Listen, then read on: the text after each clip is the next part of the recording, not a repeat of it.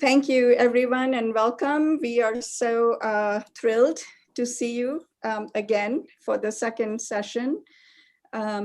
We gather here from many locations and will begin by acknowledging that the ground beneath our feet is historically the home of indigenous peoples, many of whom have been forced out or marginalized in their own territories.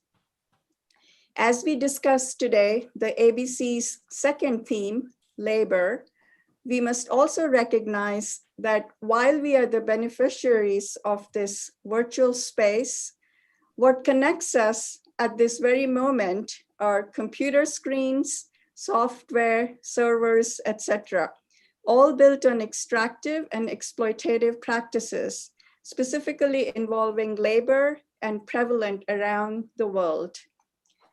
Passing on to Aaron now. So the intent of our first theme, the last 2 weeks, was capitalism. And it was intended to offer a foundational framing of how capitalism and its partner, colonialism, set the ideologies, relationships, and mechanisms within which architecture ultimately operates. Our second theme, which begins today, and as you've been reading and preparing for today, zooms in to investigate how capitalism shapes and is shaped by the laborers of the built environment and the conditions that lead to their precarity, exploitation, insecurity, or invisibility. From the domestic sphere to the office, to the boardroom, to the construction site, we ask, what laborers produce or reproduce architects and architecture? Who designs your architecture? Who builds your architecture? And who protects and advocates for your value and healthy working conditions? So today, this 2-hour session will begin with 15-minute presentations by our invited speakers, followed by a self-led breakout group session in your home bases to reflect, comment, and come up with questions or responses for our speakers. And then after that, we'll reconvene for a final discussion together as a group. Kadambari, would you briefly introduce our speakers? We'll also paste a more detailed bios of the speakers in the chat. Sure, Aaron. So as he mentioned, I think did we add it in the chat? Yeah, so we'll add the extended bios in the chat. So you can see that. It's also in the syllabus, so please refer to that as well.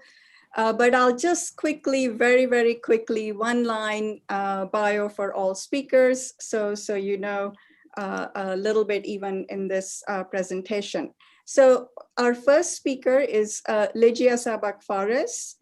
She's a faculty at the Brooklyn Institute for Social Research and will present her work and ideas about reproductive labor. She's joining us today from Sao Paulo. Then second, we have Ekta Mitta and Ramnath Bhat. They're both co-founders of the Bangalore media arts organization, MARA, and they'll discuss their films about migrant construction workers. And they are joining us from Bangalore. And then we have Federico Garcia Lammers and Jessica Garcia Fritz. They are founders of Lab.org and faculty at South Dakota State University, and they will discuss labor and means of representation. And then finally, we have Aska, Welford, and Kirti Durelle. They're members and coordinators of the United Voices section of Workers' Labor Union, and they'll present their work about labor organizing. So welcome, especially all of you, our present presenters today. We are so honored to have you with us for this session on labor, as you all bring a very specific discourse and practice to this theme. We'll not be breaking between talks to reintroduce you again. So please, each of you, if you could just step up after the prior speaker is finished, and then just continue with your presentations. I think most of you are also sharing screen, and we've tested that already. So just go ahead and share screen and get started. So Lygia, please take it away. Thank you very much. Good afternoon, everyone. It is a very real pleasure for me to be here. I'm really happy. Thank you, Kadambari and Aaron, for the invitation. So I'm joining from São Paulo, Brazil. And as Kadambari already said, I'm core faculty at the Brooklyn Institute for Social Research, where I teach courses like labor economics, feminist economics, accumulation of capital, international political economy. So I'm very happy to be here today and to share some thoughts about labor with you all and reproductive labor. I'm going to share my screen. Please let me know if you can see it. Yeah, it's working. Yes, all Thank good. you. Thank you. Thank you. So I thought about talking. Spaces of labor. So discuss a little bit first what labor means in capitalism, and then discuss the workplace and the productive labor, and then the home and the reproductive labor. Also, like, I pick one public space for us to think about and understand and discuss labor in this in the school. We're going to talk about it in a minute. The international space and the space of inequality. So this has to be a little bit quick, so we're not going to have like a discussion right now, but I would like you to think, like, while I am talking, who are the workers in each of these spaces? Are there invisible workers in these spaces, and who are they? And what are the gender and the racial relations in each of these working spaces? So let's start talking a little bit then about labor and capitalism. So labor is a physical and mental effort used to produce goods and services, right? So labor pre-exists capitalism. However, in capitalism, labor becomes a commodity, and it's a very special one. In Marx's words, so it is a value creating force. It is the source of more value than it possesses itself. So labor power is a very special because it creates more value than it costs. For example, like you have like a 8-hour working day, and 4 hours would be what we call necessary labor time. So the time that the workers are actually producing the equivalent to their wage. And you have the last 4 hours, what we would call surplus labor time. And this would be the source of profit in capitalism. So capitalism needs labor. But on the other hand, labor also needs capitalism because it needs to work. Labor power is a commodity which its possessor, the wage worker, sells it to the capitalist. Why does it sell it? It is in order to live. And okay, so Marx is very straightforward here. And what is he saying? Well, now in capitalism, workers are forced to sell their labor power in order to live. It all goes back to the Industrial Revolution, where the industry in England needed workers.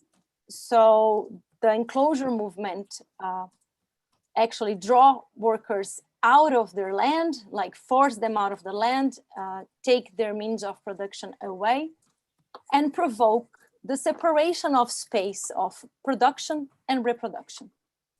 Now, before, like, production and production all happened in the household, and whatever was extra was sold into the market. Now you have like the factory, the space of production where paid labor happens, really associated with men. And then you have what we call reproductive labor, which is basically unpaid labor that happens in the household, and it is associated with women. It's also important to say that poor and racialized women, they must always perform both labor. They don't have this opportunity of being at home performing only unpaid labor, right? But yeah, so let's talk a little bit then the labor in the workplace. I want to read this quote from Marx very quickly, and so we can discuss a little bit about it.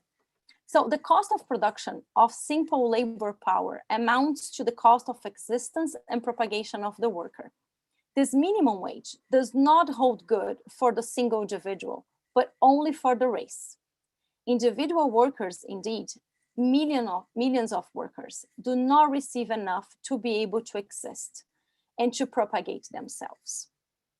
So we saw that capital needs workers, but it needs to assure only the reproduction of the labor power it needs to accumulate capital.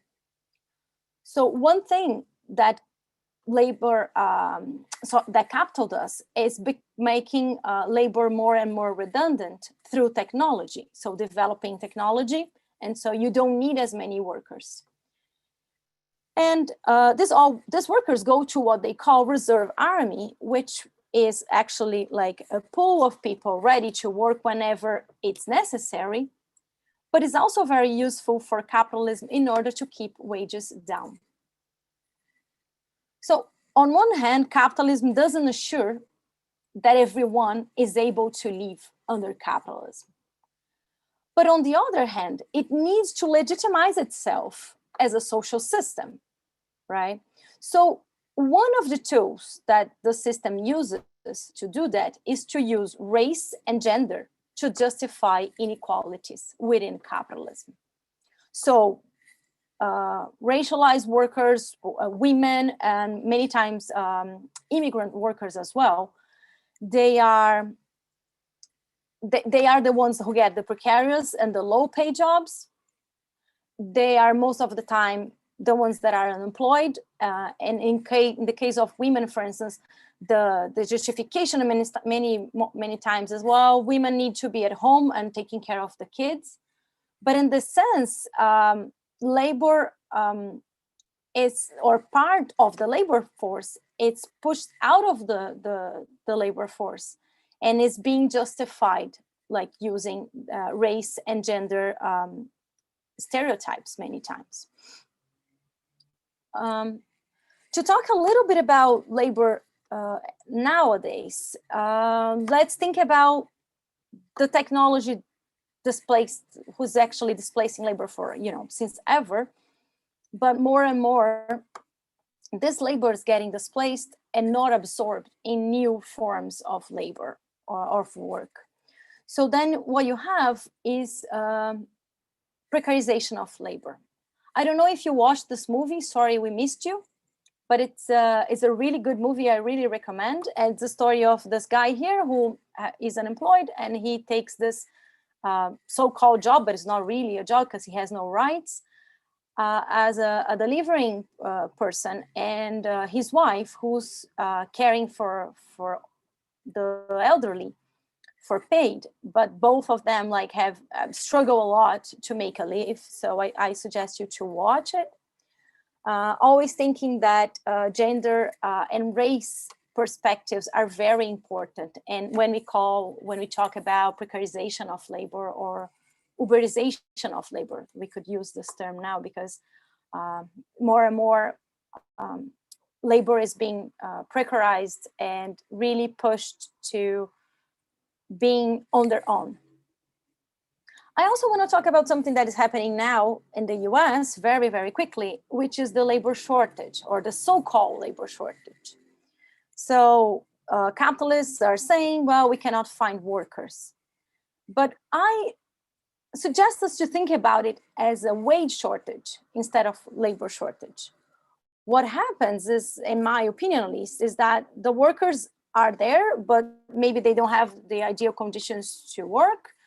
Still, COVID, it's there, and schools are not fully open. But most of all, like maybe the workers don't want to work, or they don't have to work for this very little money that is being offered. So I suggest us thinking about wage shortage instead of labor shortage. To continue a little bit our discussion, let's talk about the capitalism and its dependency on domestic labor. We said that the workers are the key, are the heart of the capitalist system, right? But then who produces the workers? And this Bhattacharya is saying here that the uniqueness of labor power lies in the fact that although it is not produced and reproduced by capital, it is vital to capital's own circuit of production.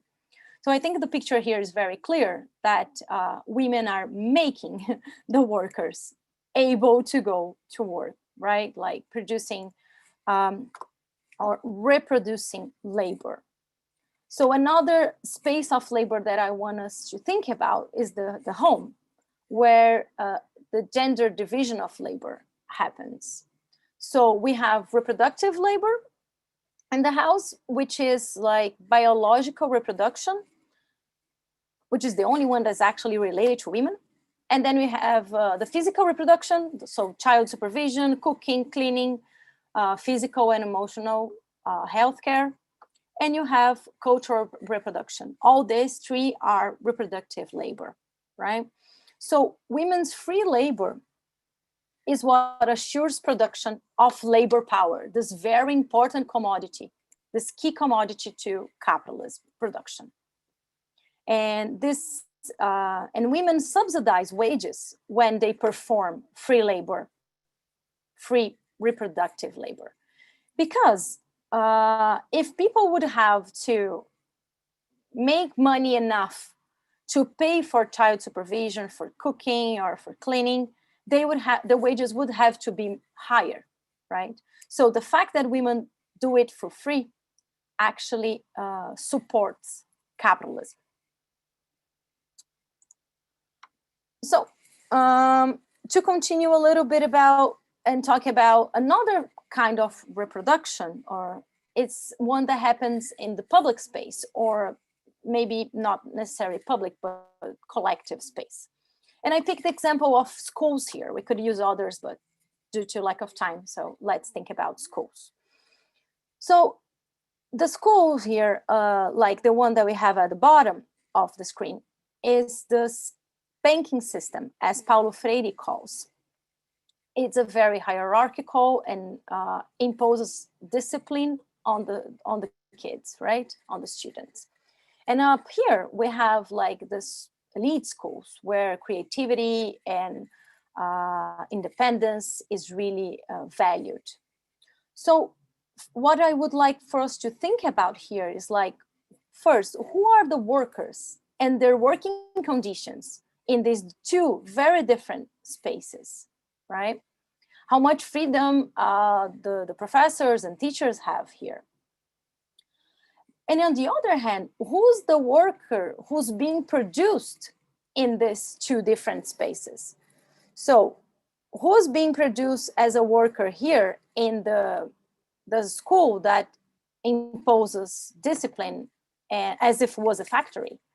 And who's the worker, or maybe the capitalist, or maybe the manager who's being reproduced here in this other school, right?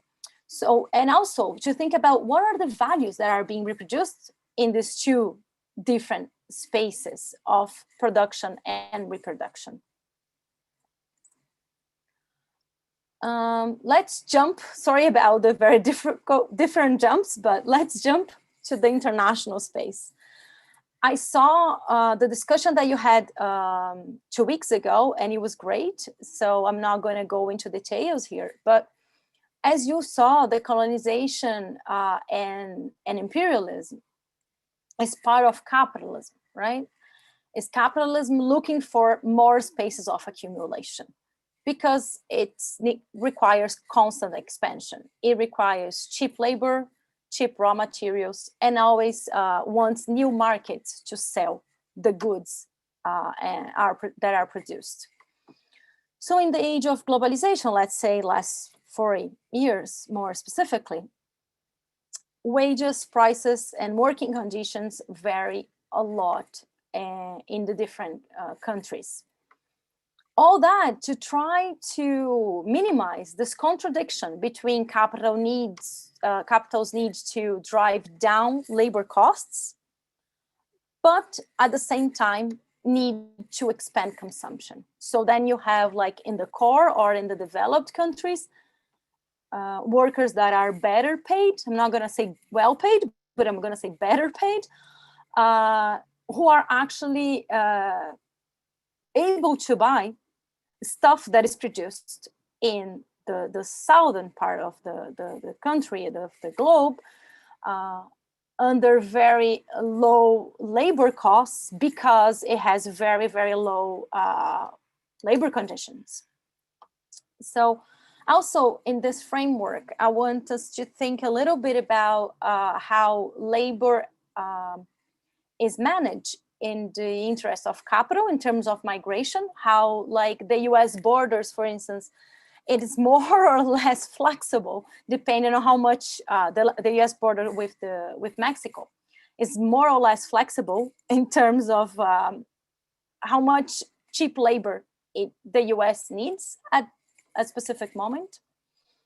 And another thing that I want us to think about is the feminization of labor that is happening in the last 40 years. For instance, and this has two main points. It has a double meaning, actually. We say feminization of labor because there is an increase in female labor force participation, but also there is a general precarization of labor because female labor is always more precarious. When in general, labor has been precarized, then we say that there is a feminization of labor in general. My last slide, I want to share with you a little bit about Brazil inequality. I'm not sure if you've seen this picture before. This is like one picture, and yeah, so you have here like a slum, a favela, and you have a very wealthy condominium right beside it. And I brought for you to look at this drawing of the sketch of a floor. It's not the same floor, just to make sure that I say that. But it is an example of how this would look like inside. And I want to call attention for this specific part of the house. So you have here the service hall and the service elevator. So it's a separate elevator. And you enter in this hall here and you are in the laundry room. And right beside in this very small space here is the maid's room, which is something very common in Brazilian houses. So this is our space of inequality. I'm not sure how we are in time, but I will take just 30 seconds to tell you a story, like actually an experience that I had about 20 years ago. So my parents were building a house, and we are 3 siblings, so we wanted 4 bedrooms. And we asked the architecture, well, we want 4 bedrooms. He said, well, but you don't have space enough for 4 bedrooms inside the house. Like there's a limit, and if we make it, then like the authorities won't allow us. I said, well, okay. And he said, but look, we can make this bedroom outside of the house, a very small one, because then we can say it's the maid's room, and then it's gonna get approved. So on that note, thank you very much, and I'm really looking forward for our discussion. Thanks a lot.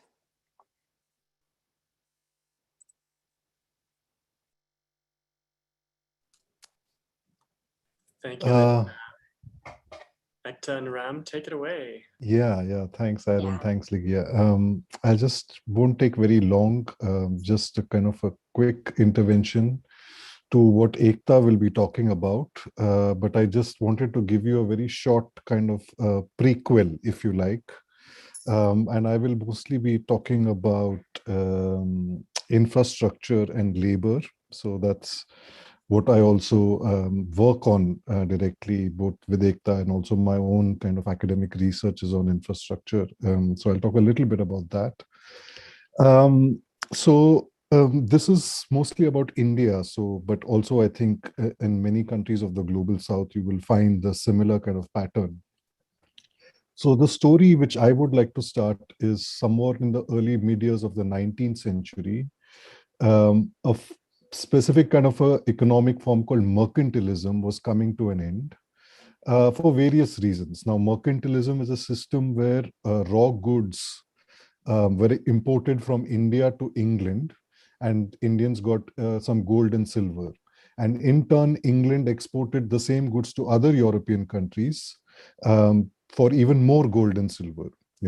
So by the turn of the mid 19th century, the transcontinental trading companies tied to the project of empire building had basically begun to provide more sophisticated ways of returning profit to the empire. And one of the key things that such trading companies, for example, the East India Company, what they provided was a way to build large-scale infrastructure projects that not only served the very concrete activities of empire building, such as operationalizing extraction at scale of timber, for instance, but also in themselves became profitable operations for English shareholders. So these projects, these infrastructure projects in the colonies, not only served the material interests, but also served symbolic ends that paved the way for the colonial form of capitalism. So in India, if you look at the railways or the telegraph infrastructures, they returned very handsome profits for their English shareholders, but they also symbolize the entry of modernity and development. And they also enabled extraction of raw materials at a large scale, which was perhaps unimaginable for the mercantilist kind of economies. So from the perspective of the colony, large-scale infrastructural projects had quite a unique role to play. They commercially developed what are now metropolises or large cities. They facilitated the rise of a new elite type of colonial subject. In India, this would be the upper caste man, who could provide a sort of a translation in two ways, offering the wisdom of the Orient to the colonial powers. So you can see all these translations of Bhagavad Gita and all this stuff. But then also, in turn, benefiting from colonial modernity to once again become the elite, but in a modern economy. So that was the whole transition period in the later half of the 19th century. And the nationalist phase of infrastructure emerged in the 20th century with very strong associations to development, nation building, and a kind of a native form of modernity. So in India, especially if you see the influence of centralized kind of Soviet style planning, and also a kind of a Keynesian economics, because the Fabian socialists were very influential in India's leadership. So basically, this Keynesian economics, you could see that there was an emphasis on increase in demand by increasing public expenditure. Another kind of influence, if you like, in the nationalist phase was the influence of what is called dependency theory, that the reason for underdevelopment of the global south, what is called the peripheral countries, was the lack of capacity in international trade relations. So developing large-scale infrastructure with the state kind of playing a leading role fulfilled another set of objectives that were very much in line with the spirit of the times. In fact, the first Prime Minister of India, Jawaharlal Nehru, called these infrastructural projects the temples of modernity. Right, and I think the post-colonial kind of period, which is kind of now stretching up all the way till now, it's resulted in what one can call a fragmentation of infrastructural modernity. Today, I think large-scale projects are all about accelerating different kinds of capital flows. So, for example, I don't know if you've seen some of Ekta's films, or maybe she will share a little bit of it.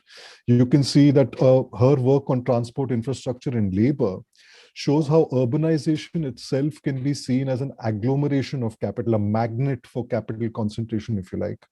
And in large-scale projects, it's not just about physical kind of projects.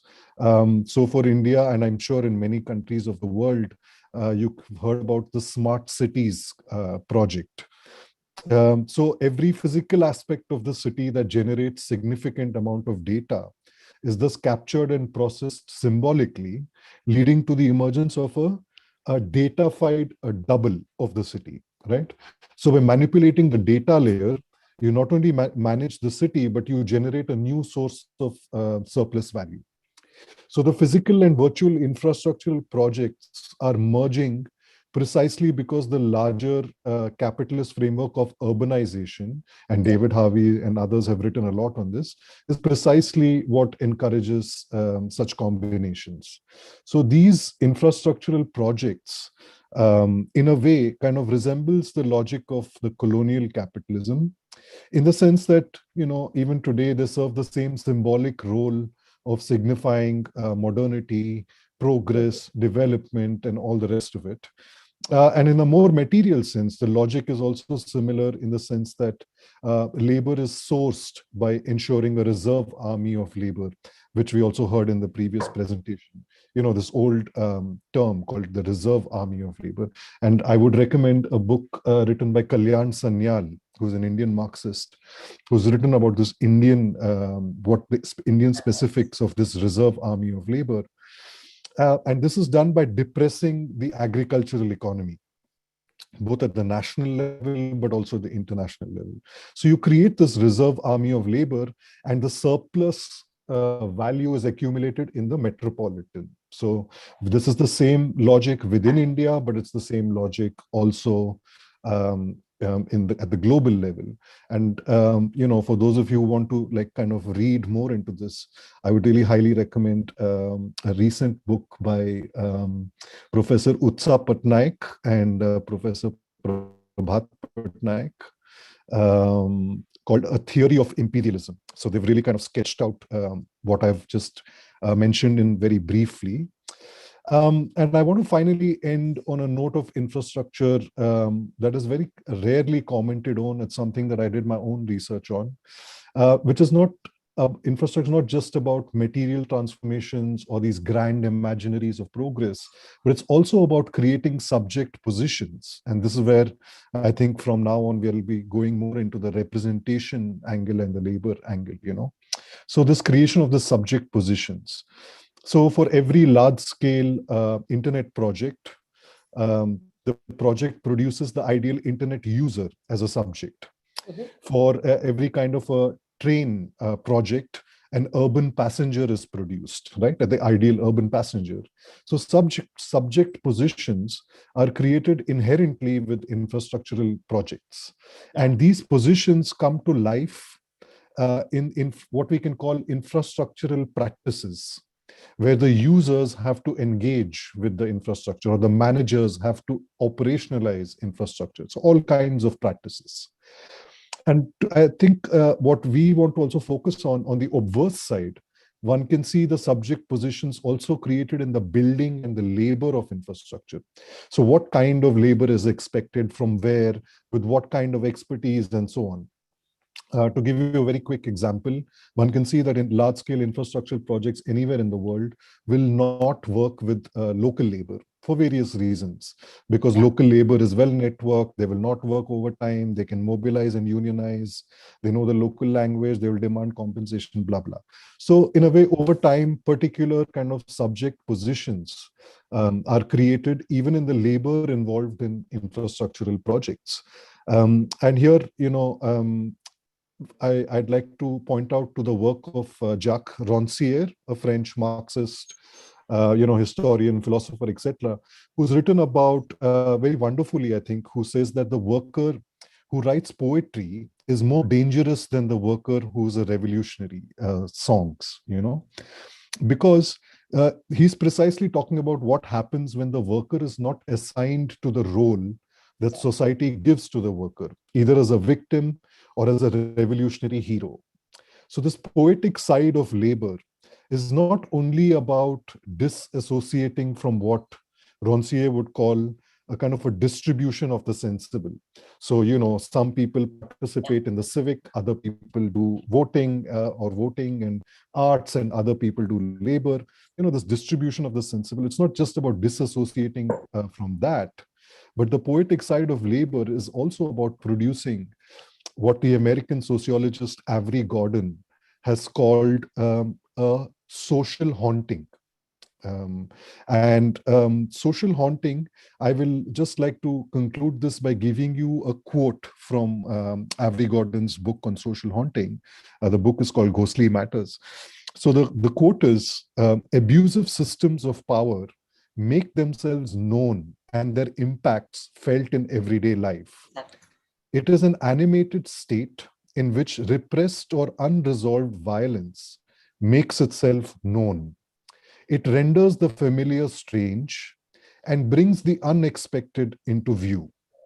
Haunting is therefore the moment when things are not in their assigned places, when the cracks are exposed, when disturbed feelings won't go away, and when the present seamlessly becomes the future which gets jammed up.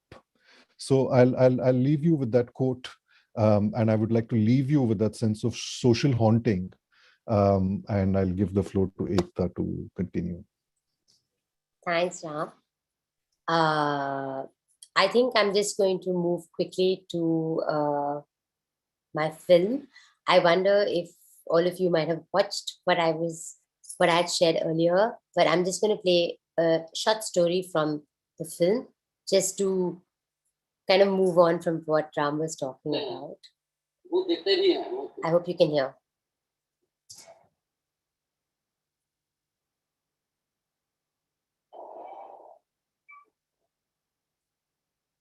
चुड़ैल को distract हमने देखा है, जैसे कि हम लोग ना मछली मारने गए थे, अगर मछली मतलब कि नदी होता है, नदी वहां पर मतलब छोटा सा जगह था, मतलब कि उतना खास जंगल नहीं था, तो एक लड़का को लेटरिन लग गया, तो गया उधर ही, तो देखा है चुड़ैल जो पूरा एकदम बाल छिटिया, पूरा बाल पूरा बाल खुला और पूरा बैठी हुई है, अपना बच्चा को गोद में लिया हुआ है।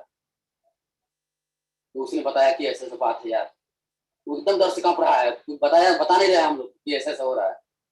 हम उसके 6 लड़का थे, तो कहाँ पर हो रहा है, तो देखा हम लोग ने, देखे एकदम हम लोग दिमाग खराब हो गया, पूरा एकदम पूरा बाल ऐसे जो एकदम दिखा हुआ है पूरा बाल, और अपना बच्चा भी उसके साथ में, पूरा हम लोग देखे उसको, चुड़ैल को बहुत सारे आदमी देखे हम लोग। यहाँ पर इधर तो सिर्फ फिल्म में देखता है, हम लोग इधर में देखते हैं। ऐसे उस समय पहली बार चुड़ैल देखा था, उस समय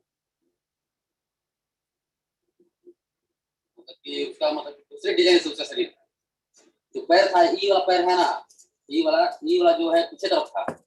मरने से पहले जिसकी प्रेग्नेंट होती है लड़की, मर जाती है, उसका पैर को ना तोड़ा जाता है हम लोग तरफ, मुड़ते ही उसी को, जिससे कि उसका बच्चा पैदा हो गया और वो मर गई।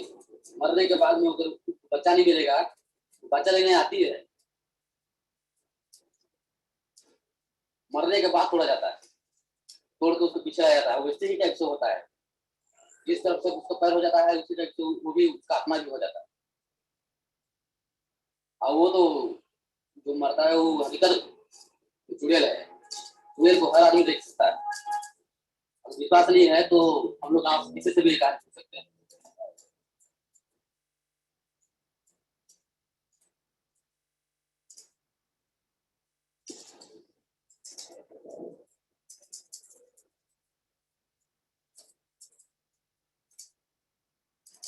वो बच्चा लेने जरूर आएगा, अपना बच्चा को। जब बच्चा मर जाएगा ना, उसके बाद वो दोबारा कभी नहीं वापस आएगा।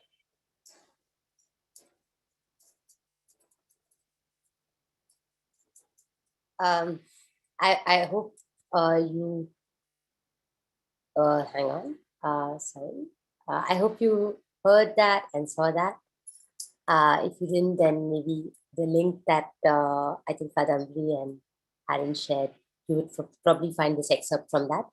Just to take off, the reason I shared this is really because from 2009 until now, we've been kind of working with various different migrant workers who've been coming to Bangalore to build the metro rail project in Bangalore. And what we did was to try and make films that kind of kind of tried to move away from this representation of the worker as the victim or the hero, and to really try and see if there was a possibility of imagining the worker kind of in a space where it was not so easy for us to decipher if he was a poet, if he was a philosopher, it's also my perceptions of this. And while we were making the film, we discovered that there were so many different trajectories where this idea of freedom or mobility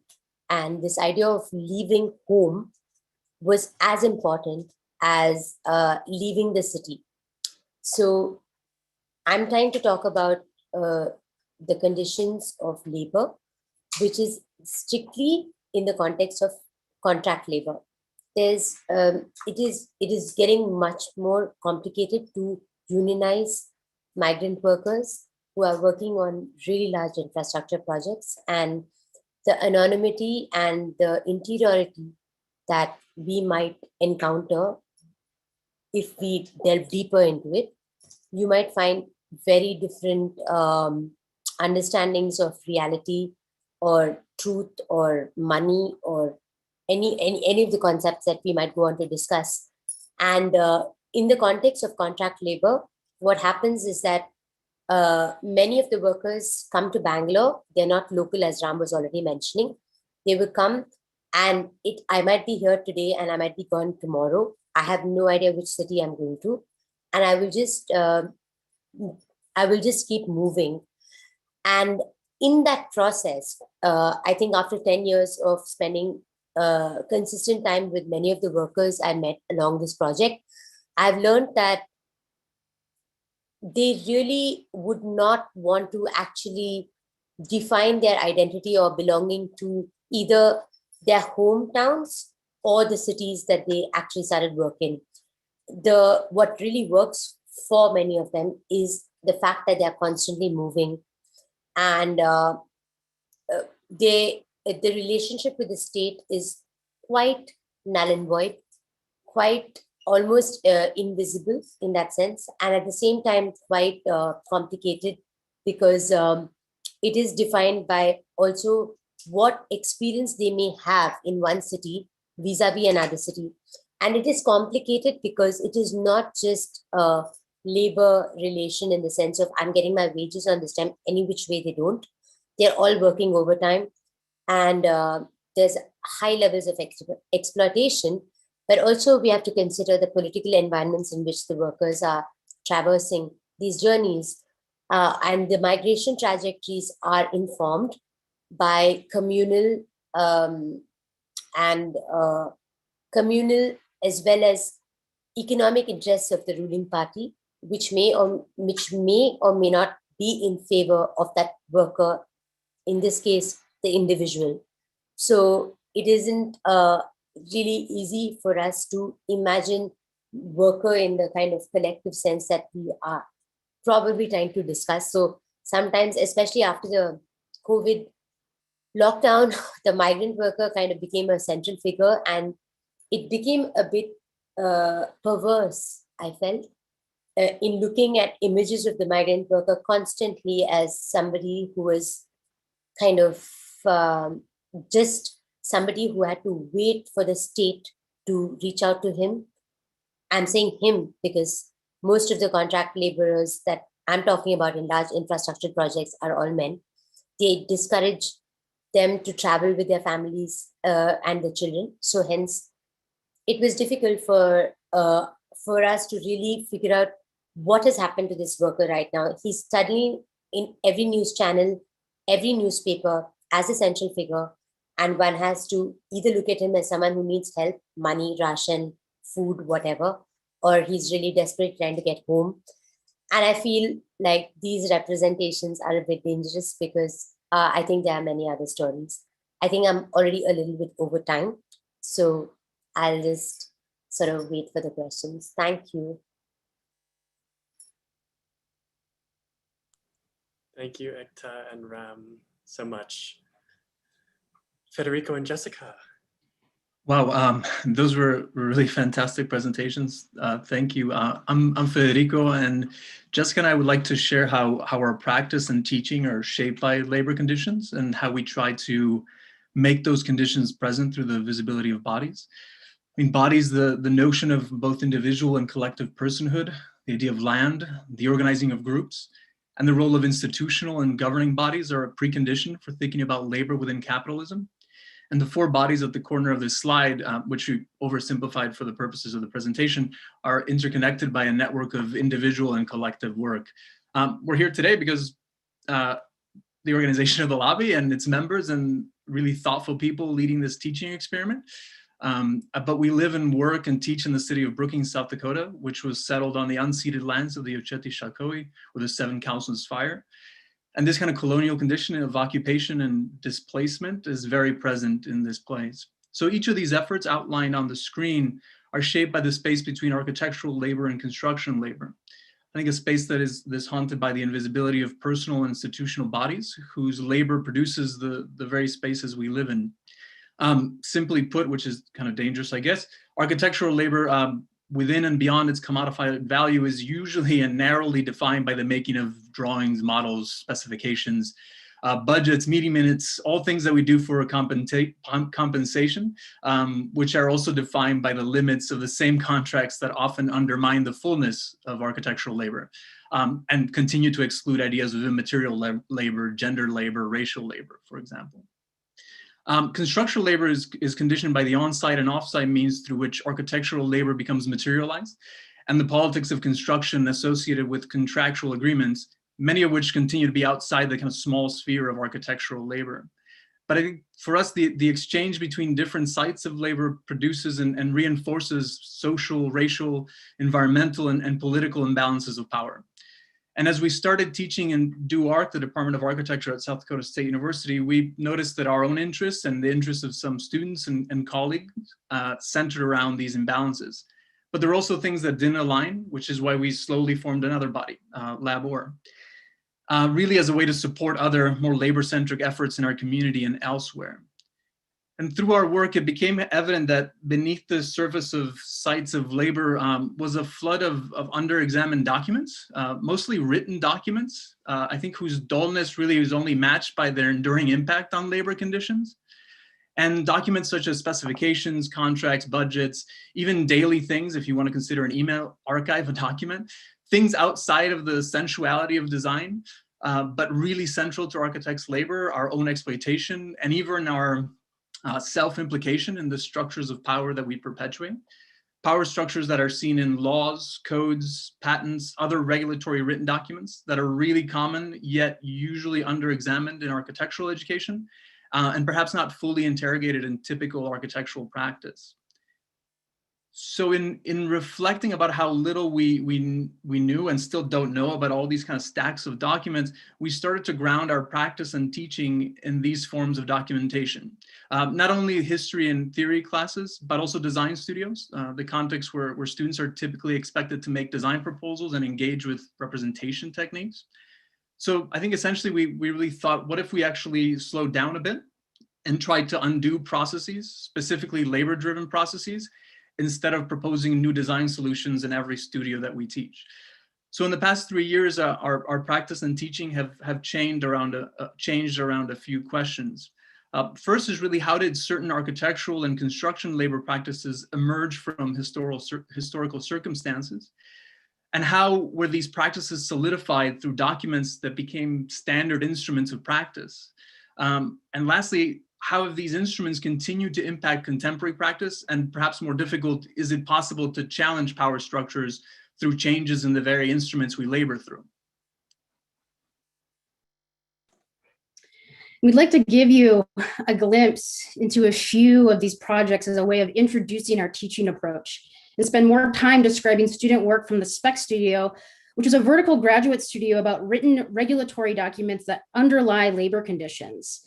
And as we were developing the Spec Studio, we were also challenging the controversial expansion of the Brookings County Detention Center. And controversy did not come from the growth of incarceration practices, something we continue to fight against, but rather who had jurisdiction over the site. the city or the county. And as the city, as the city sued the county over permitting, our role, organizing with other community members, and my position on the Brookings Historic Preservation Commission was to show how the building would encroach upon the historic Brookings County Courthouse. It was how we thought we could be the most effective in gaining public support. But we had missed a critical body.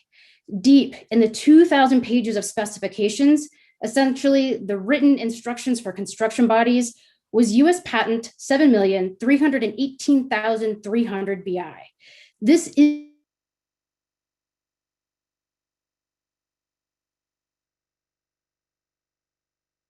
being manufactured by laborers off-site in Penrose, Colorado, while the lawsuit was still being argued.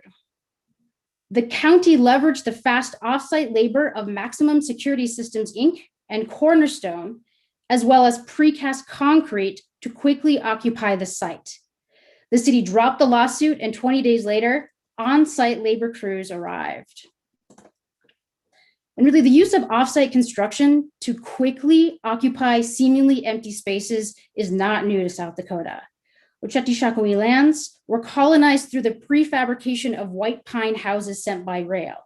But what was different was architectural labor. In the mid-19th century, US architects made drawings of houses to invade and settle indigenous lands. Drawings were accompanied by generic specifications directing the contractor to use whatever wood was available because the extractive territories for white pine had not been delineated. This changed in the early 20th century as specification writing included more specific types of materials and labor. Master builders, such as the R. Guastavino Company, whose skilled labor constructed the timbral vaults of numerous Capitol buildings across the United States, were referenced directly by name in specifications written for their projects. Architects explicitly wrote Guastavino work into the body in division titles of specifications. But not even the skilled labor of the Guastavino Company could escape the standardization of specs and competitive bidding processes that took shape during the mid-20th century, leading to the company's closure as it was increasingly grouped into subcontractor labor. So other practices throughout the Americas heightened the agency of construction labor at the time. So while the Guastavino Company was closing its doors in 1963, Diestia Montañez, an engineering and construction practice in Montevideo, Uruguay, was inventing means of construction in reinforced ceramic brick masonry. So throughout many countries in Latin America, including Uruguay, import substitution policies were used to curb the dependency on foreign imports. And in the case of Diestia Montañez, it helped keep reinforced concrete at bay while producing a set of labor conditions that favored local brick construction. The material effects of these policies, combined with specific labor acts, are present in wage logs and worker-led training processes that strengthen the immigrant-led labor movement in Uruguay. So hopefully the threads between these four kind of ongoing projects give you some sense of how we engage with sites of labor in our practice. And what we'd like to do is transition into our teaching to show how we work with students to continue these types of issues by showing one project from last fall's Spec Studio. And so to do that, we're going to stop sharing the slide presentation and go to a few websites. Thanks, Jessica. So the priority of the Spec Studio was really to focus on the link between regulatory documents and the bodies that connect political territories with labor. There were 30 graduate students who participated in the studio. It's a 15-week semester that was organized into these 3 interconnected steps that essentially combine precedent study with professional practice and speculative research. And the studio was primarily conducted in a virtual setting. So here's a summary of those 3 steps. Step 1 was to identify a source or collection or archive with regulatory documents that are connected to the historical and contemporary production of architecture.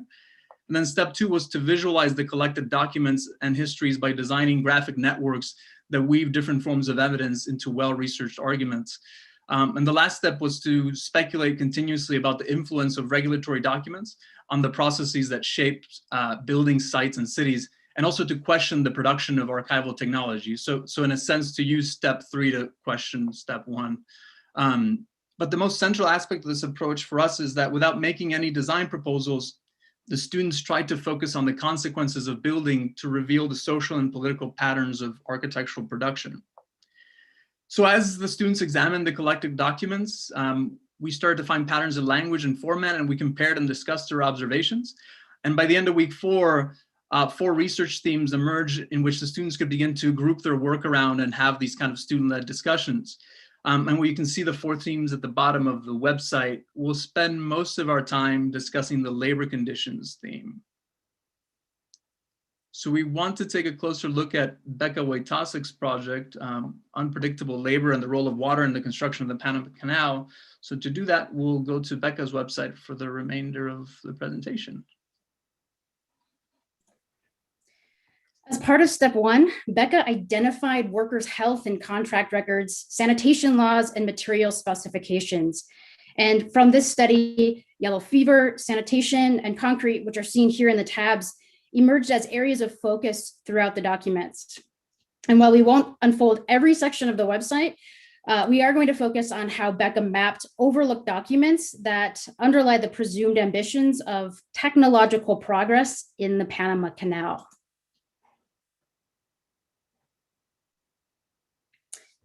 Within this visualization, there are several scales of analysis that Becca is really interested in performing. These scales begin to collide at the margins of the oceanic trade route by stressing the tensions between imperialist bodies like the United States and the bodies of local and migrant workers. At the core of this tension was the presence of on-site water, an agent for spreading yellow fever among workers, but also a necessary ingredient for mixing concrete and moving ships through the canal. Because concrete specifications required fresh water, Gatun Lake, which is seen here, was initially excavated for concrete production. In modern terms, specifications are written instructions from the minds of architects and engineers to the hands of contractors and other parties involved in construction. In the case of the Panama Canal, specifications written in the United States controlled the organization of labor on a distant site. And we'll scroll up here. Scrolling up, Becca prioritized this organization by visualizing the interaction of on-site workers with large volumes of material, including water. And this visualization combines a timeline demarcating the arrival of workers and materials with migration patterns through the blue strands that are seen here. And with a focus on workers, we see how the implementation of sanitation laws in 1906 decreased deaths by half. Numbers that remain consistent when concrete specs introduced more fresh water to the site in 1909. As part of these regulatory conditions, sanitary inspection protocols designated surrounding villages as sanitary districts. And while these protocols prevented the spread of disease and greatly reduced worker deaths, they also maintained control over the canal and its local communities.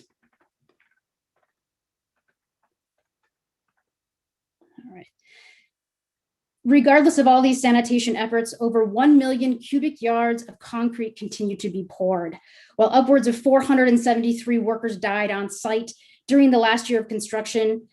Although sanitation laws anticipated the arrival of concrete with water treatment practices, over 5,000 workers died, not all from yellow fever, from 1904 until the canal opened in 1914.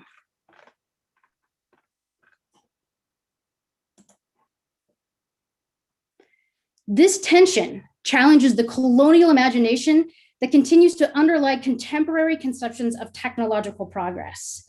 As the technocratic advancement of precise materials like reinforced concrete still posed a threat to the lives of workers, it was the lasting impact of regulatory documents that allowed the United States to tighten its colonial grip over the canal. Really, Becca's work, which is ongoing because we're still writing with her and other people in the studio, highlights that the space between architectural labor and construction labor is synonymous with the material extraction and labor processes of ongoing coloniality. And this work, along with the work of Becca's colleagues, shows a path for visualizing the effects of regulatory documents on the built environment. While this is already a part of our own practice, developing the path with the students has allowed us to prioritize discussions surrounding the imbalances of power among bodies in architectural and construction labor. And so finally, our collective aim, which includes teaching and learning from the students, is to confront the examination and production of documents as political acts rather than benign administrative tasks. Thank you.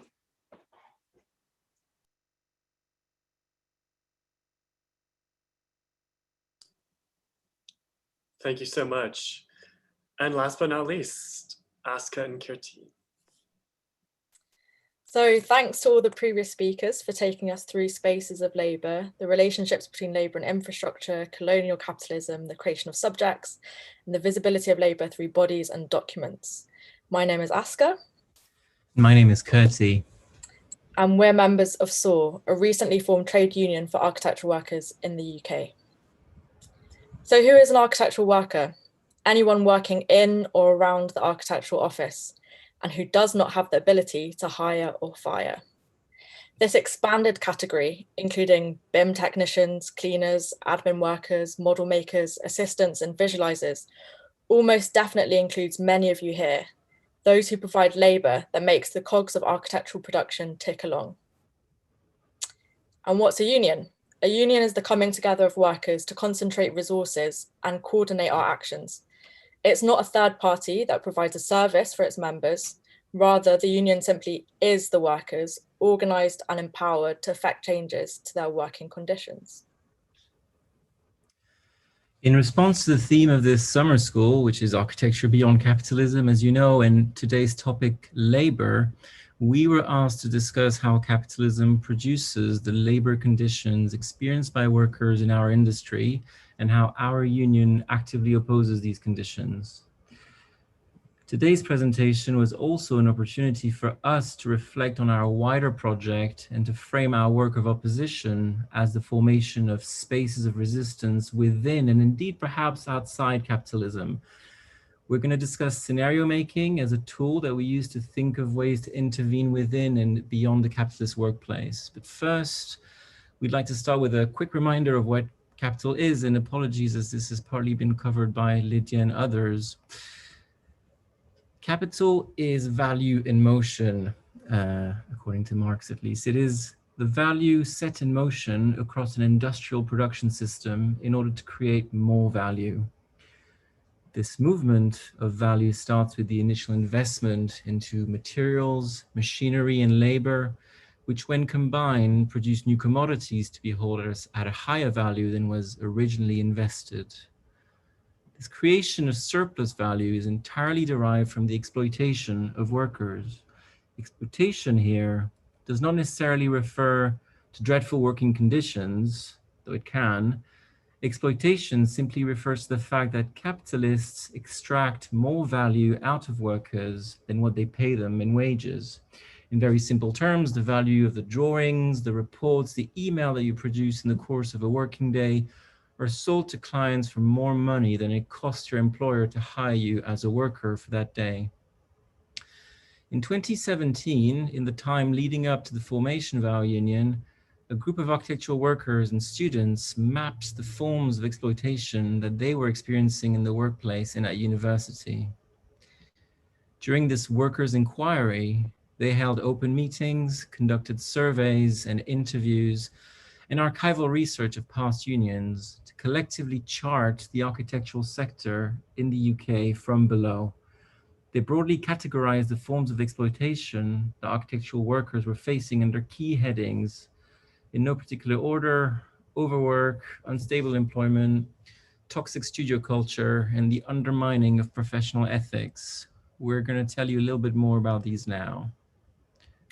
Overwork is probably the most common mode of worker exploitation. It operates through the unpaid extension of the working day. Pressure is applied on employees to work through their lunch breaks into evenings and weekends on a regular basis or as deadlines approach. This pressure is magnified for people with less secure contracts and those who require visa sponsorship. Exploitation also takes the form of precarious terms of employment, such as low wages, rolling monthly contracts, frequent rounds of layoffs, and long probationary periods, which eliminate any employment stability. The constant risk of losing one's job and joining the disposable reserve army of unemployed workers makes labour cheap and easily replaceable, forcing us to accept work over and above our contractual and healthy physical limits. This in turn is cloaked by a toxic studio culture, which normalizes and legitimates exploitation, misrepresenting it as a privilege or a rite of passage, while also quashing any deviant, collective, or non-compliant behavior. This is also a culture that pits workers against each other in a system where women, working class, disabled, queer or international workers, workers of color, and anyone facing multiple oppressions has a much harder time entering and working within the sector. In terms of professional ethics, it can also be extremely difficult for workers to speak out against the harmful proposals that they're laboring on, whether they're damaging to the environment, dangerous for construction site workers, or gentrifying neighborhoods.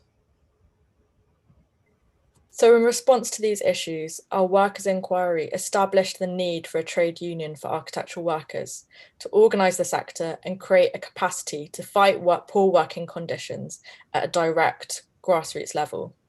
We joined the radical trade union United Voices of the World, whose members include cleaners and workers from charity, legal, sex, and design and cultural sectors in September 2019. At this point, we'd like to start articulating something that we think is critical when thinking about the idea of getting beyond capitalism. What does it mean to act within or outside capitalism? What does it mean to imagine a beyond? As unionised workers, we oppose the working conditions with the capitalist production of the built environment, yet the parameters of our position are imposed by capitalism itself. The category of worker doesn't exist outside or beyond capitalism. As workers, we are one of the living embodiments of capital, as much as is our labour and exploitation. Now, this exploitation has certain limits. Workers are necessary for profit creation, and therefore capitalism cannot completely eradicate them. Historically, labor and environmental movements have in fact acted as a kind of safety valve, keeping capitalism's destructive capacities in check.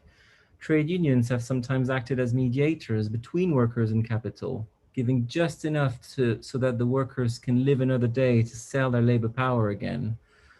This doesn't mean, obviously, that we should not fight for more rights or for better working conditions. Though this is a necessary step, this kind of firefighting does not yet address the question of how we get beyond capitalism. We therefore need to acknowledge this critical distinction between dealing with discrete instances of worker exploitation and the more fundamental reorganization of architectural work. Right now, we're finding this distinction quite helpful in thinking about our project as a union. Ultimately, the possibility of an architecture beyond capitalism is a transformative task that can only be undertaken from below, emerging directly from an unmediated and empowered workforce. This is because we believe that no one else is going to do this on our behalf. We must autonomously negotiate our employment terms without relying on external institutions. And although we accept that putting pressure on professional institutes can help move things forward, we also recognize that institutional bodies are directly embedded in the project of worker exploitation and oppression. Rather than defend us against exploitation, they're actually designed to passively absorb our acts of resistance and diffuse them in their bureaucracy, merely pretending to be attentive. Worker empowerment, therefore, cannot be mediated. It needs to be organized. It requires safe forums for workers. It requires training and mutual solidarity. And this is precisely what worker-led unionizing provides. In addition to the impacts of exploitation at work, there are other barriers to the development of architectural worker power. One we might call workaphasia, a term we borrow from Peggy Deemer, the tendency of workers not to recognize themselves as oppressed or even as workers at all. Although most of us will never reach the top of the office hierarchy, we believe in the scenario that one day we will become the boss.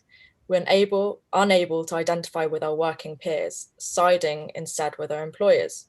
A shift is necessary from the restrictive and foreclosed conception of the architect as an individual agent to the plural and productive identity of architectural workers.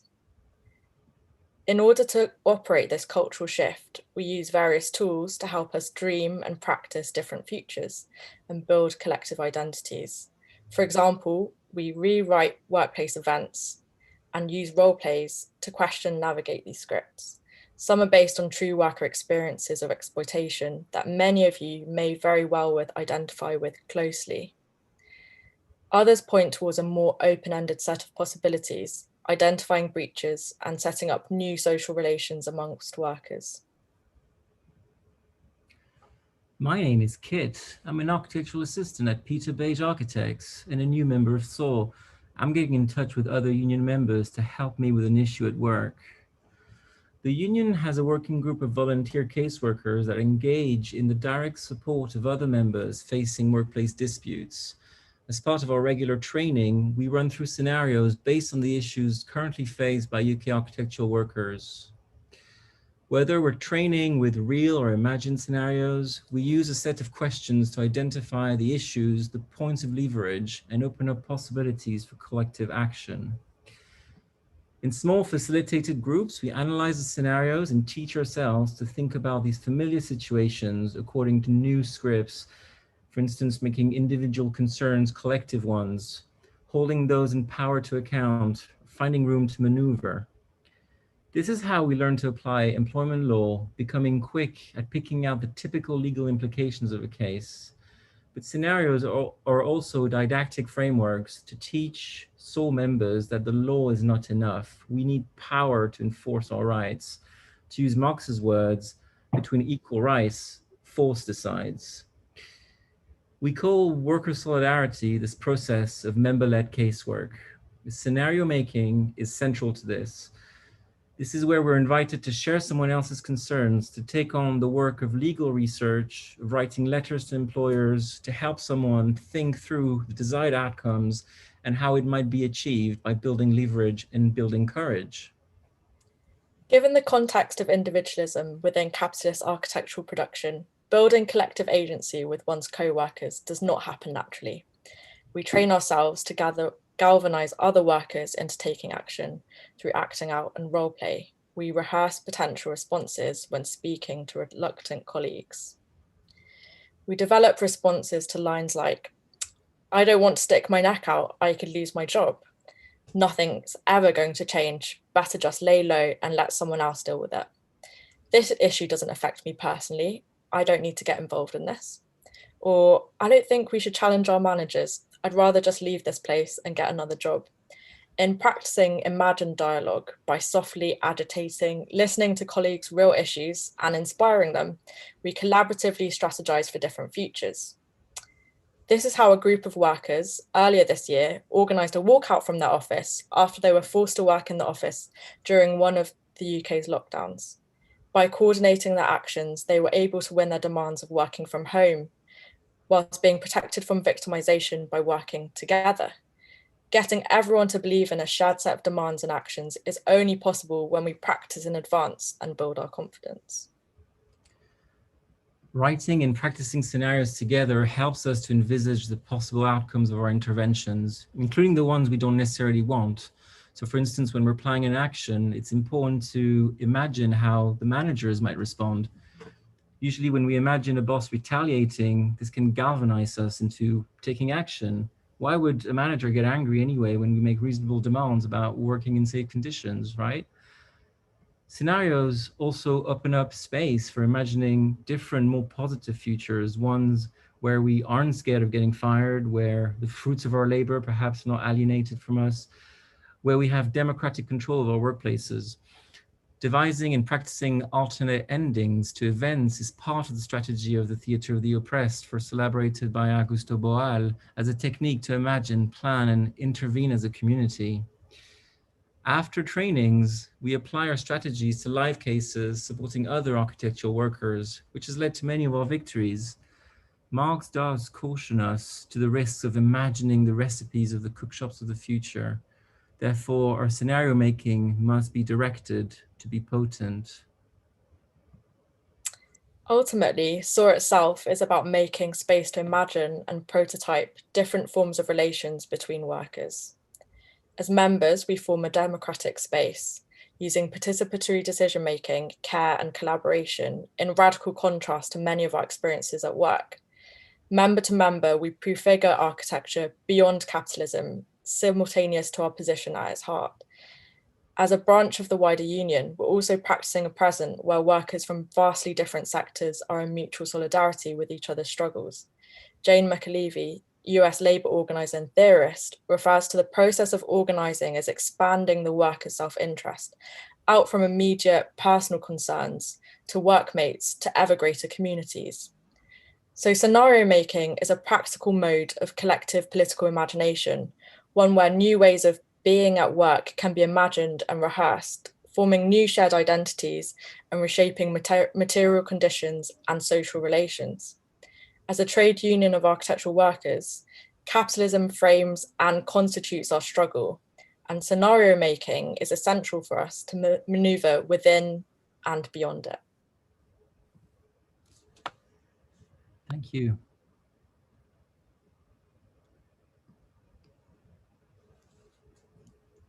Fantastic. Thank you so much. So now what we would like to do is go straight away into our breakout groups, into our home base rooms. Hopefully you remember the numbers to your home bases. And during these breakout sessions, which we'll leave open for 10 minutes, we ask that you identify a note taker and a spokesperson, and then together come up with 1 or 2 questions, rebuttals, or comments for the speakers when we rejoin. Speakers, you will be in your own room, so feel free to chat amongst yourselves or to take a brief 10-minute break.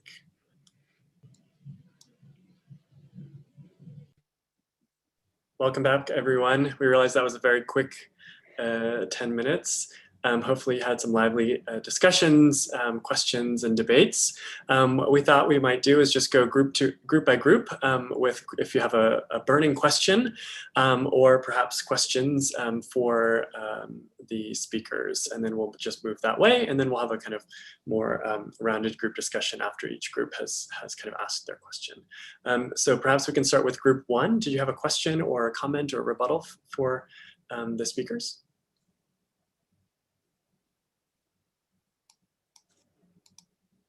So from group 1, our conversation was more about the understanding of profit and how that works and the systems around that. And I suppose it links a number of the speakers today, where tracing back to the systems so often and it might be different in different countries.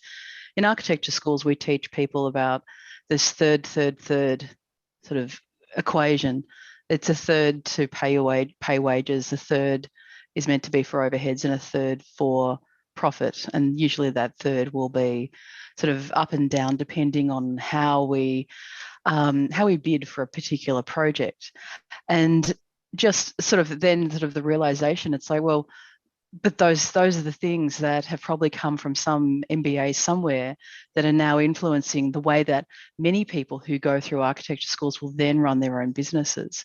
And so if we're rethinking about how businesses operate, then it's how we then teach architecture. So it's not just, well, this is how you do it, and then just have that sort of constant sort of repetition or Groundhog Day of, it becomes sort of that's what you do.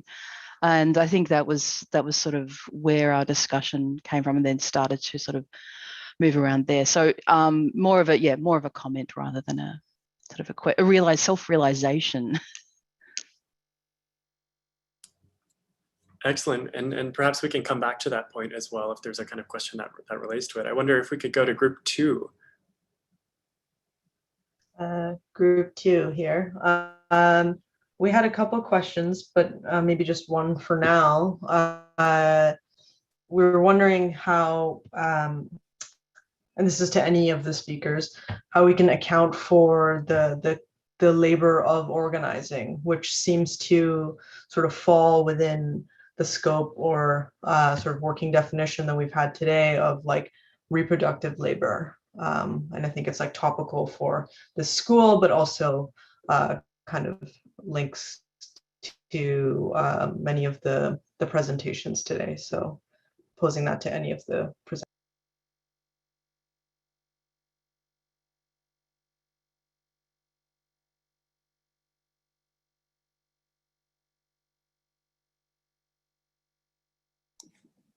Would any speakers, perhaps Aska and Kirti, maybe would you like to say something, or others, of course, jump in as well? If I can repeat the question the way I've understood it is, how do we account for the labor it takes to organize, right? Yeah, and I guess organizing is like, we can dovetail that to resistance and to specific, like in your work, maybe to the format of a union, but it can kind of extend to a number of places. But it seems like a kind of extra labor that needs to doesn't neatly fall within either of the kind of binary definitions that we have right now of how we categorize labor. Absolutely. I mean, that's something obviously, so as part of our work as members of the union, we're sort of extremely aware of that scarcity of time that is completely built into the system so that we cannot organize as workers. I mean, the overwork and sort of emotional labor that you do as a worker means that you then don't have the capacity or the will necessarily to organize. So it's partly about building it into perhaps more of the basis of the work that you do anyway. So like making it more of a routine, I'd say, and sort of making it more normalized as well to be in a union in our case. I don't know if you want to add anything, Aska. I'm sort of rambling here, but definitely kind of accepting the fact that it's a labor that's unaccounted for. Yeah, there's something in there as well about kind of not parceling it off as a sort of discrete kind of set of tasks that can be accounted for, but more kind of overlapping it as much as possible with the, I guess, your core duties, which you're paid to do in the workplace. But, those conversations that you have, not unfortunately anymore person to person, but over Zoom with your colleagues, that's where organizing happens. It doesn't necessarily have to take place. I mean, I've squeezed it into lunch breaks, but it doesn't have to just be, it can also take place when you're on the clock. But just don't let your bosses know. I think from the context where I was kind of talking about migrant workers, I think the union system in Bangalore especially has really struggled to organize workers. And I wonder if it's really about the labor or if it's just about the form, like how prepared are we to really also engage with the fact that you have to deal also with the contractor and the fact that workers are aligning and departing or there's a forming and deforming consistently that's happening. And it is important, I think, also for the left groups in our country to really reckon with the fact that we have to engage with caste, we have to engage with patriarchy, we have to engage with a lot of other things that are not actually quite considered in traditional Marxist context. So the question is really, is it the labor of organizing, or is it really how do we reimagine the possibility of collectivizing in the context of migration, for example? Because it's are we really willing to accept that the worker is not going, because many of the workers who come to Bangalore, they are not registered with the labor department. So they're just coming and going. It's totally ad hoc. And that person he's not even a number. There's no registration, there's nothing. So I think we really, I mean, at least in Bangalore, we do really need to look into how we would imagine organizing from quite a different perspective, given that there's a large demand for labor and also we are faced by severe unemployment in the country.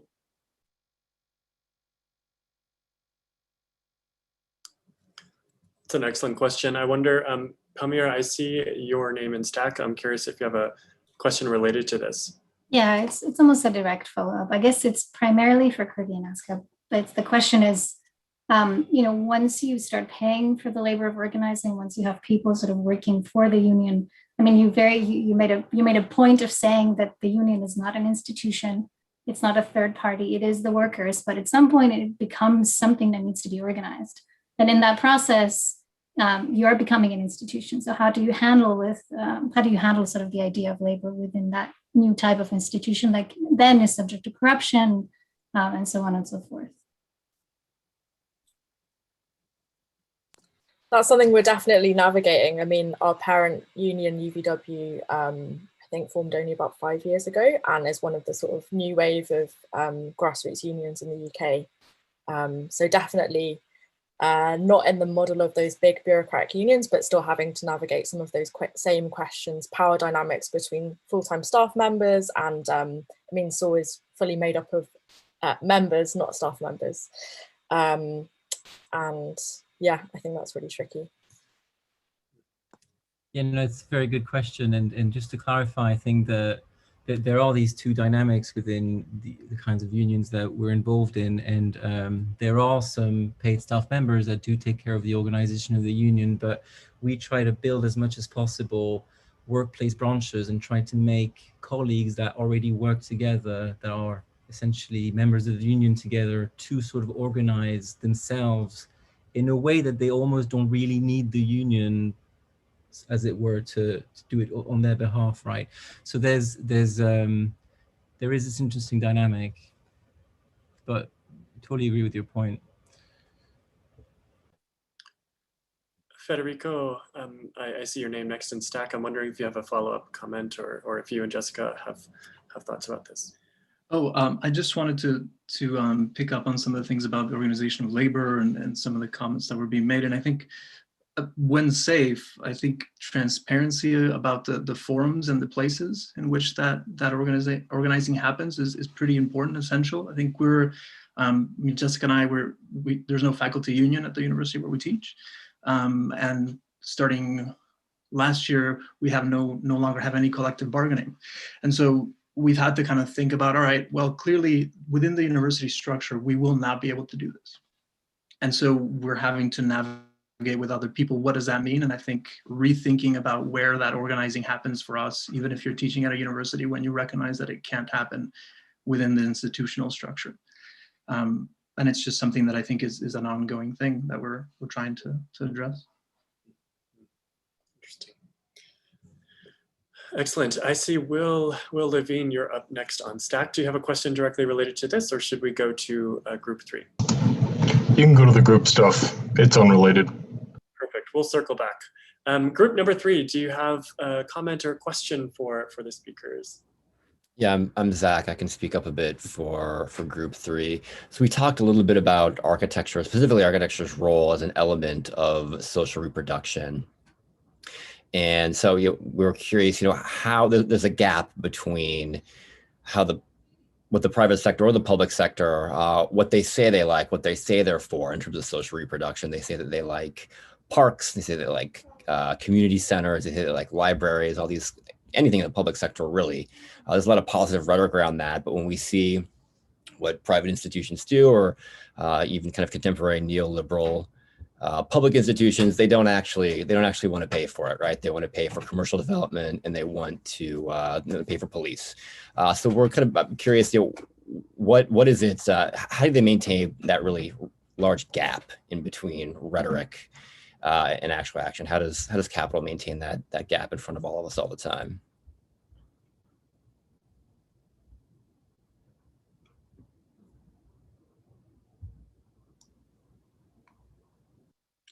That's a really good question. I wonder if Lygia or I also, maybe if any of the speakers want to perhaps talk about the role of state, nation state, with respect to this question, or any other thoughts, but I thought that could be one way to enter this question, perhaps. Well, maybe I can try. So the way I think about it, yeah, I think more and more the public sector is working under the rules and conditions of the private sector, right? Especially under neoliberalism, like even if let's assume the public sector has, the public good in mind, but they are working under the constraints of this private evaluation, like what matters in a project. It's not like the outcome, but it's how much it costs. So I think to rethink society, I would put this a little bit away from the architecture world specifically, but like I think it's important to rethink our goals and our values in society, because of course neoliberalism is there and it's a top-down approach, but the society is it's legitimizing it somehow. And when people ask, well, but how much is it gonna cost? I want good education, public education, but I don't want to pay for it because I don't want to pay taxes.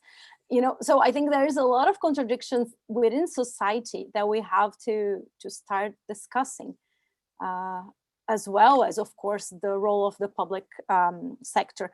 I just finished teaching a course on modern monetary theory, which is, of course, something that I don't expect you to know about, but like the idea is like, the public good could be reinforced if we change the rules of how the economy is taught in general.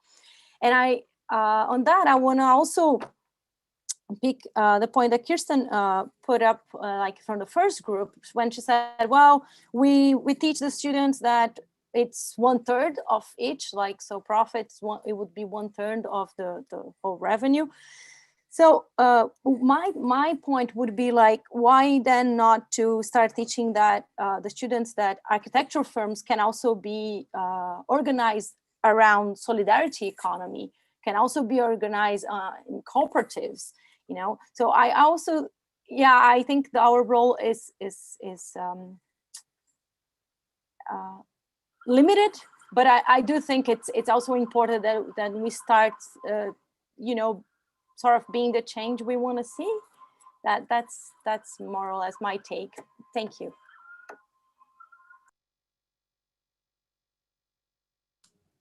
I just want to say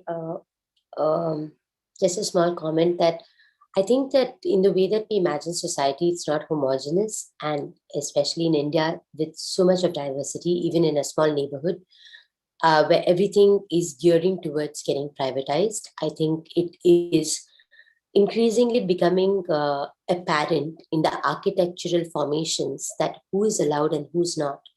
And in that restriction, or in that process of trespassing or allowing for forms of surveillance and safety, it is a bit disturbing and quite perverse, the sort of collaboration between the private and the public sector.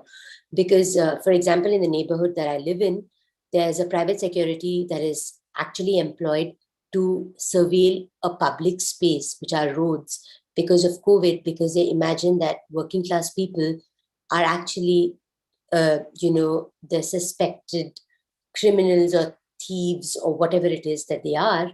And there is no law, even though I can file a PIL against this particular security system. It is actually directed to within a neighborhood which is very posh and maybe very upper class people who live in the neighborhood. There is just 2 lanes away, you will find a Dalit working class kind of settlement that is actually the one that has been pointed against the rest of the neighborhood. So in some ways, I just wonder how we are trying to imagine what is safe for whom, and what exactly would the correlation be, and how the public sector actually allows for these things in a very nobody needs to talk about it kind of sense, because it's just happening very organically unless someone raises an issue, and for sure it'll take 2-3 years before it gets discussed. So it's there are a lot of contradictions in this idea of we, and what do we mean by this collective even, because there's so many oppositions all the time. Yeah, I think I want to jump in on what Ekta was just saying about who's a part of the collective. And I think one of the interesting things for us is how that's changed over time. A lot of the documents that we end up looking at are historical. And what's really fascinating about this comparison over time is that we start to understand how certain forms of labor or even social reproduction, how those forms have been excluded through instruments of practice. And I think Ana Maria Leon was talking about this 2 weeks ago with the grid, and how it was an instrument of practice that certainly was intact in the Americas, but was also maybe used for more nefarious reasons by Jefferson. And so one of the things that Federico and I start to see in the documents that we look at is that it's very much present in the instruments that we use in practice, and specifications, certainly contracts. I know Peggy's written about this as well, but I think what this means is that there's been areas where there's been a loss of transfer of knowledge. Like one area I'd like to see is this pickup between contracts between architects and building trades, again, which was something that had existed in the 19th century, which is primarily gone now, right? And I think if we start to maybe imagine, I think just like the scenario making that we see with SAW, if that happens, and even in these contractual relationships that we start to build, how could that start to impact maybe some of these practices that we have excluded from history that could possibly be made contemporary again? That's such an interesting idea and a great question as well. I wonder if we could go, just in the interest of time, to group number 4 now, if there are any questions from that group. Sure, I'm speaking on behalf of group number 4. If I miss anything, people please jump in.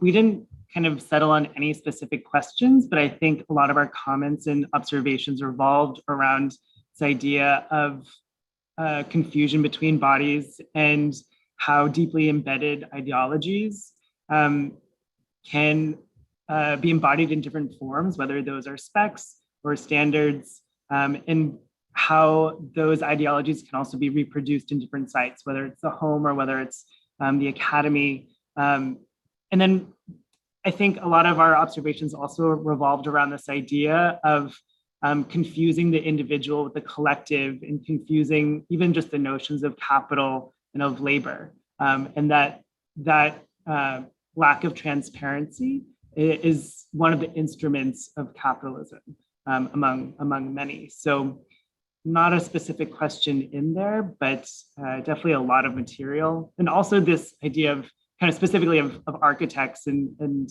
of creative labor, and how that exploiting sort of individual desires in this myth of individual creativity is also part of capitalism specific to architecture and other creative practices. Sounds like you had a fantastic discussion and well-rounded conversation. I wonder if there are any responses from the speakers, just in general. I see a lot of nodding. I can respond very quickly with, I think, a question that I asked Ekta, and Ekta pointed out.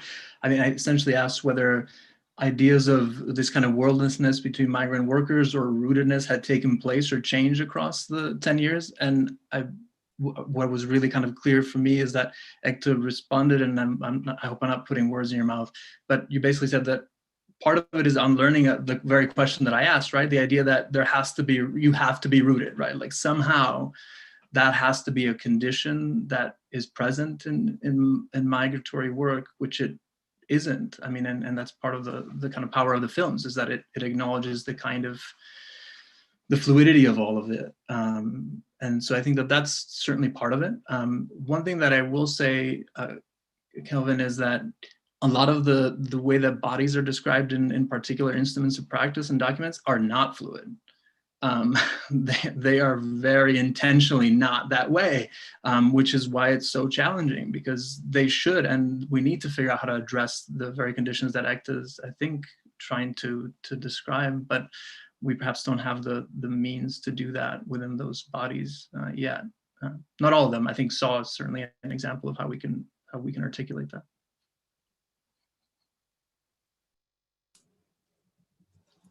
Thank you. Excellent. Again, excellent question and comment. Lastly, I wonder if we could go to group 5 for any last question or comment that they might have for the speakers. And then we'll get to the stack. So we discussed a lot about how the discipline sort of builds a culture of exploitation of like, long hours and, saying this is all worth it, and building like a sense of elite belonging, I guess maybe is a way to describe it, which essentially is the social reproduction of capital and continuing to produce this system. So the questions we came up with were, how do we replace the social reproduction of capital for example, prestige and elite jobs or internships and ingrained notions of hierarchy with something better? Where can we intervene in that process? And how do institutions play a role or perpetuate exploitive working conditions? And then there was a question in our Slack, more specifically for Aska and Kirti, about does SAW have a perspective or technique for intervening in the places of reproduction in the industry, such as universities?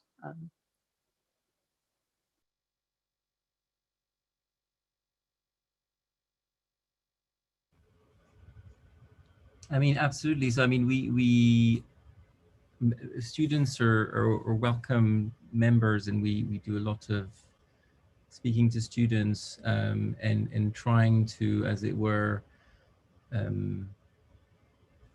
awaken students to sort of what's going to happen to them as soon as they graduate, and trying to get them, as much as we try to get workers to organize with each other in their workplaces, we also really encourage students to organize within their universities and take more control of what it is that they're being educated, and sort of have a wider discussion of what's going to, happen, I suppose, what they're going to do once they graduate. So there's definitely a large aspect of what we do that's related to that.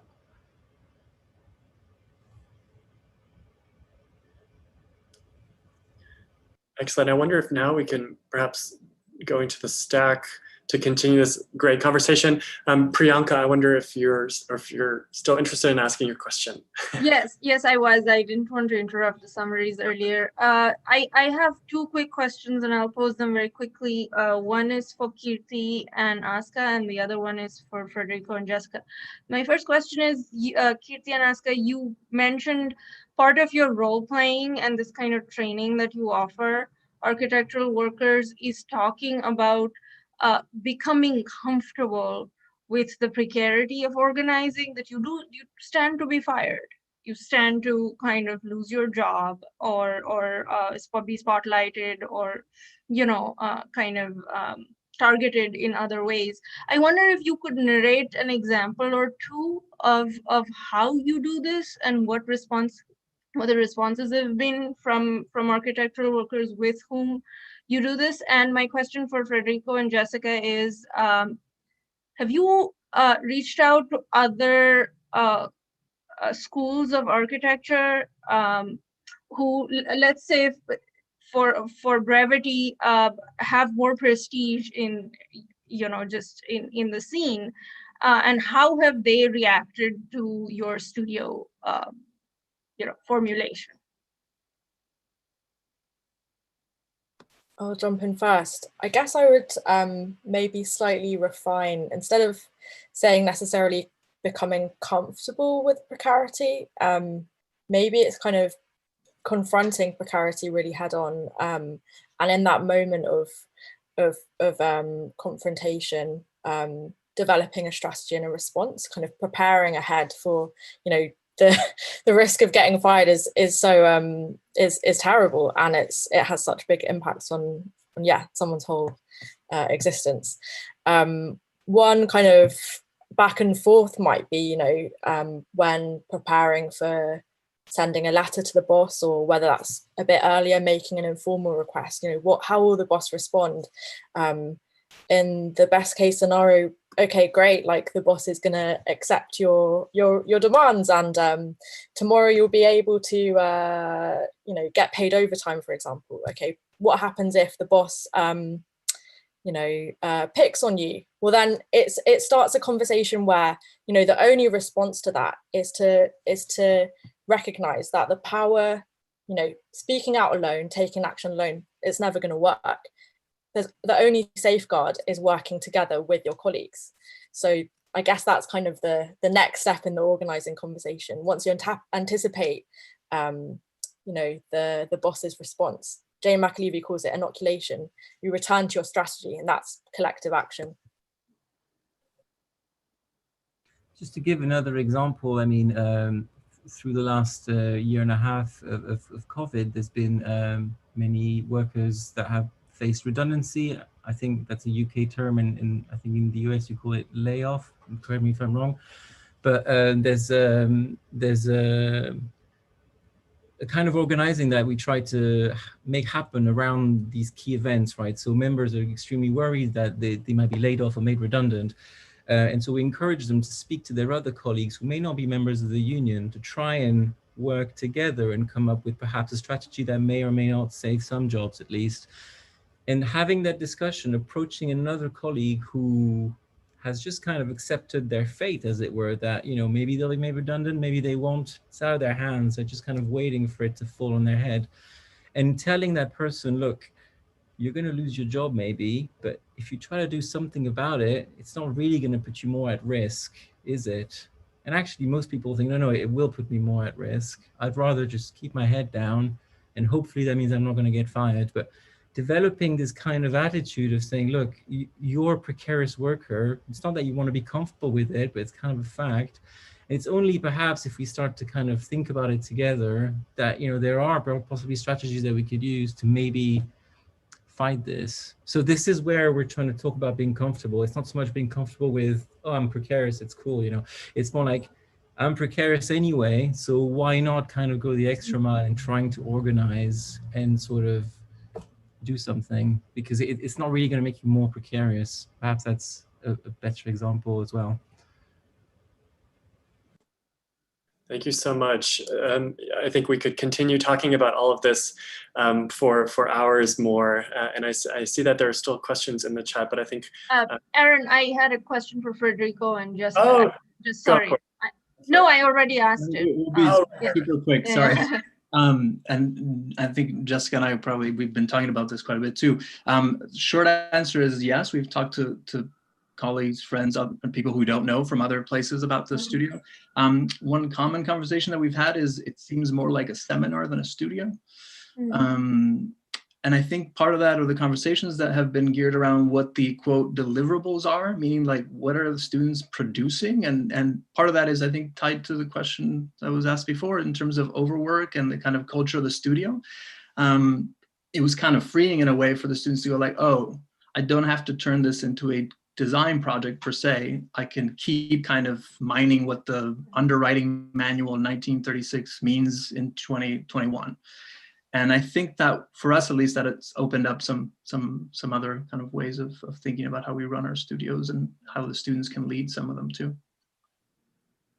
I think it's really important to keep calling it a studio. I'll end with that. No, it's just a really good point, Priyanka, and I'll be really quick too. Sorry, Aaron. I think that part of the goal of the studio is to build up a collective knowledge as well. So it's not just about singling out individual projects and to put the students perhaps in competition with one another, but that you know, on their own, each of the projects, yeah, certainly stand alone, but collectively that starts to build up some kind of a narrative about the practice of architecture and the instruments that are involved in the practice. So a single specification, for example, won't unveil very much about how we practice. But if we look at hundreds of specifications, it starts to do that. Excellent, thank you so much. And unfortunately, I have the awful job of ending this amazing discussion so that we don't go too far over time beyond our designated time slot here. And I recognize that there are still other questions that hopefully we'll get to at some point in the coming weeks as well. I just would like to thank our speakers today and for all of you for your time and your insights. I realize it's almost 3 a.m. or it's past 3 in the morning in Bangalore. So just a few remarks about what is ahead. So next Saturday, we'll be reviewing your completed assignments in the form of a salon, just like the last salon. The assignment will be live on the syllabus today. We will also be organizing groups, and we'll be encouraging that everyone encouraging everyone to work in groups for this assignment in particular. And rather than do a breakout session right now, we will send out a spreadsheet with group assignments and email so that you can coordinate with all of your partners. So with that, I think we'll end a really thought-provoking conversation. Again, thank you everyone, and we look forward to seeing you next week. We do have office hours midweek on Wednesday at 4 p.m. and 9 p.m. Eastern time to discuss any questions you might have about the presentations, about the readings, or about the logistics of the assignment. So we look forward to seeing you all next week. Thank you again.